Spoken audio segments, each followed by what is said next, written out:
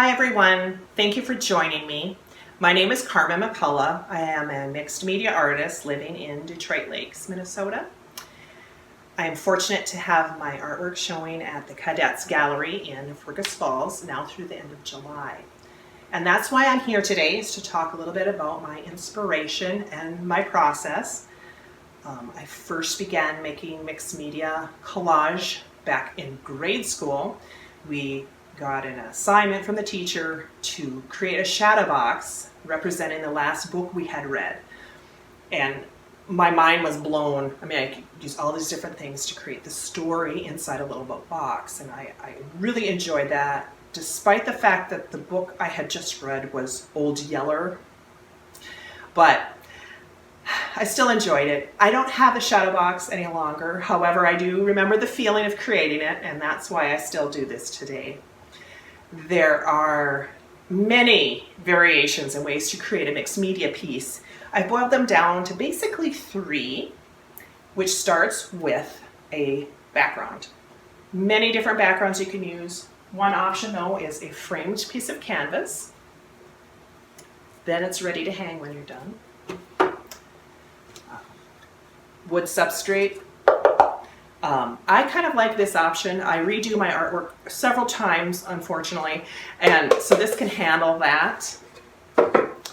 Another option, if you're not really sure where you're going with it, is a mixed media paper. This is regular paper, but it's a little bit heavier and is able to take on that paint and the paper and the glue. Also, in that first step, you need to cover that substrate, because there's nothing more overwhelming than a blank canvas. So you can cover that in many ways. One is with paint. I use acrylic paints, and there are many different brands, colors, and price ranges for that. They're all good. You can't really go wrong with your paint. So just basically cover up that background with solid paint, or you could do a mix of, say, paint and a paper together, just to get that covered up.